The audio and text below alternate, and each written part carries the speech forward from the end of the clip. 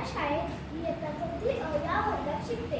माझ्या नाट्यछटाचे नाव आहे पुस्तक आणि मोबाईल. ते कसे बोलतात ते आपण पाहू. नमस्कार, तुम्ही तर मला ओळखलेच असाल. मी आहे पुस्तक. मी तुमच्या जवळच असतो. मी काहींना खूप आवडतो तर काहींना आवडतच नाही. तर आधी मी सगळ्यांचा बेस्ट फ्रेंड होतो. त्यानंतर माझा शत्रू आला. तुम्ही म्हणत असाल पुस्तकाला शत्रू असतो का?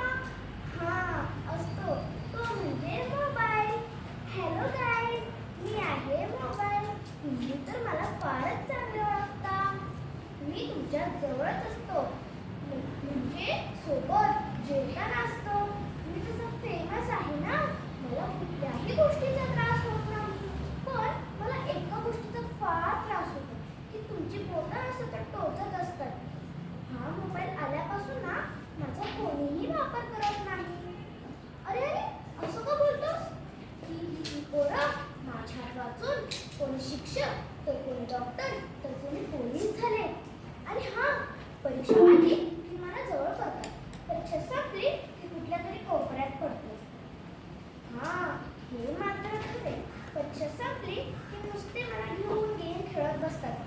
माझी चांगली माहिती काढायची सोडून नुसते गेम खेळत बसतात. आणि तुम्ही जास्त मोबाईल बघू नये हा, डोळ्यांना त्रास होईल.